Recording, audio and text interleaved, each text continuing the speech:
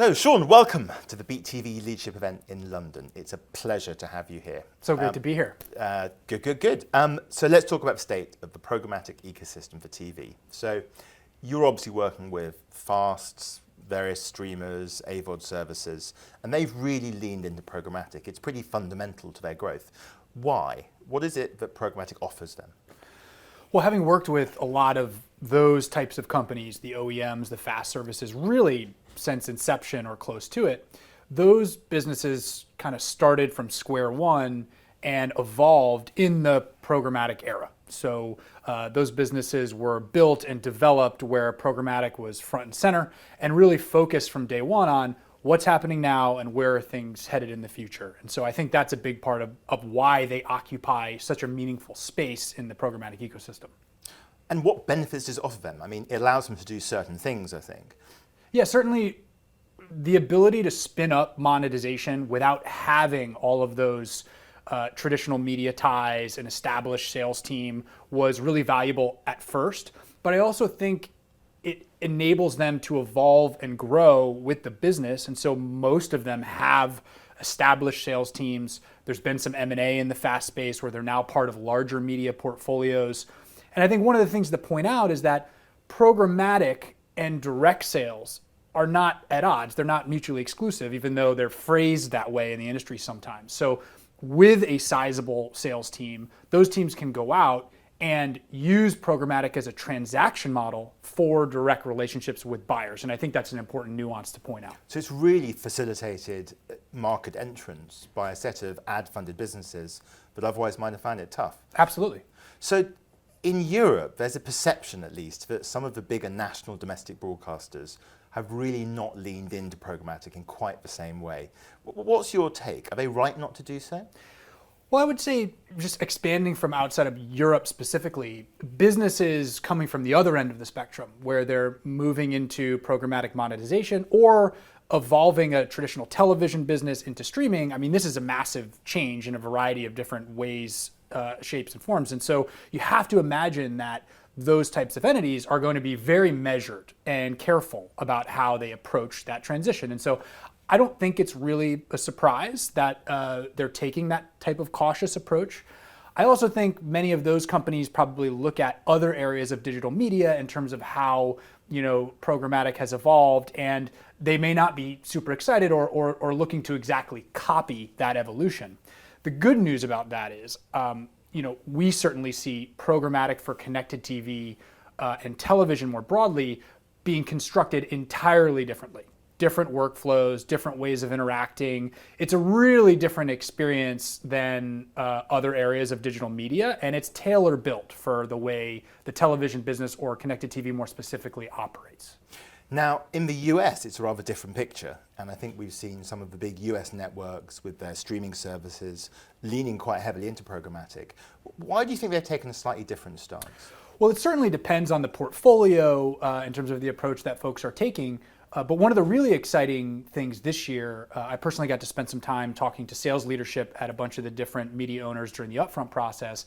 And this was the first year that concept, that combination of addressability and biddable environments, not necessarily open marketplace, still invite only or private in nature, but that combination was a really positive conversation this year. So the ability to bring in and democratize the buy side, create opportunity for a whole new host of advertisers where perhaps national television was just not economical, to bring that in, leveraging the targetability or the addressability that CTV provides, but also creating a whole new or a deeper sense of density around the buyer base and leveraging biddable in a positive way versus maybe some of the historic perceptions.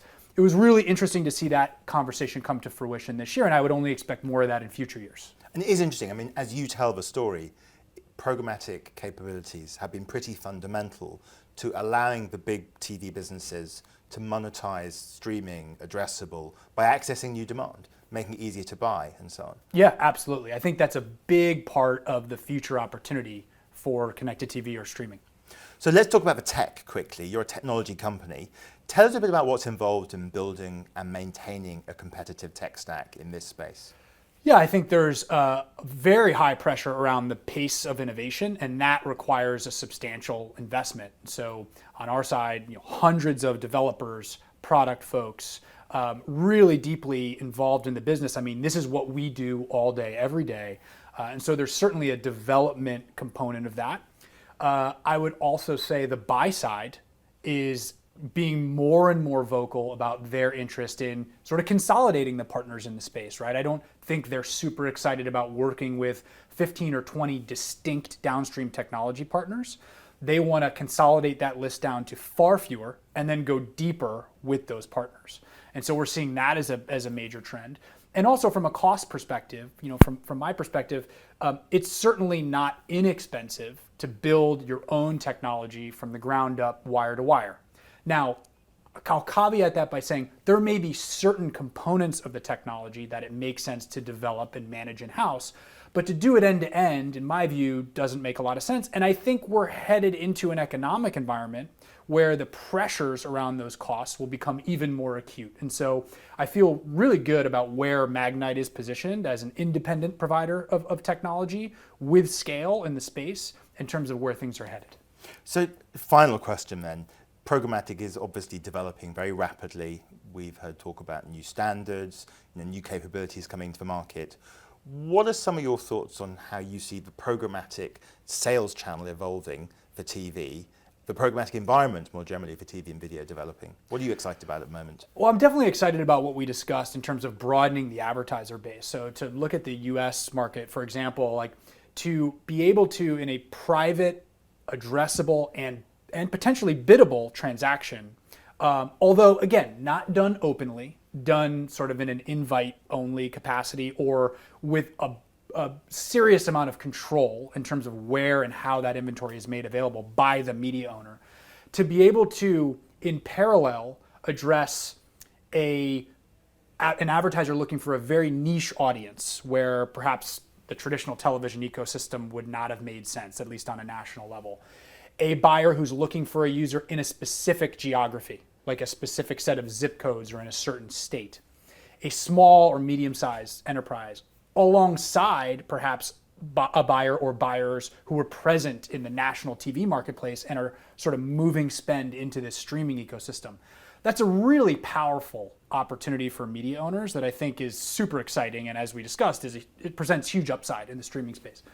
I also think the level of personalization that you can provide, everything from the content discovery process, as we've talked about with our Tiles product, when you get to that home screen, how do you personalize what someone may be interested in watching next? But then also that the advertising journey from there. When someone's earlier on viewing a program or a certain app, truncating that ad experience, how many ad breaks, how long are those ad breaks, and then perhaps evolving that over time as they get more comfortable with the programming. We think that items like that present huge opportunity and are unique to streaming in terms of what the consumer experience can be like.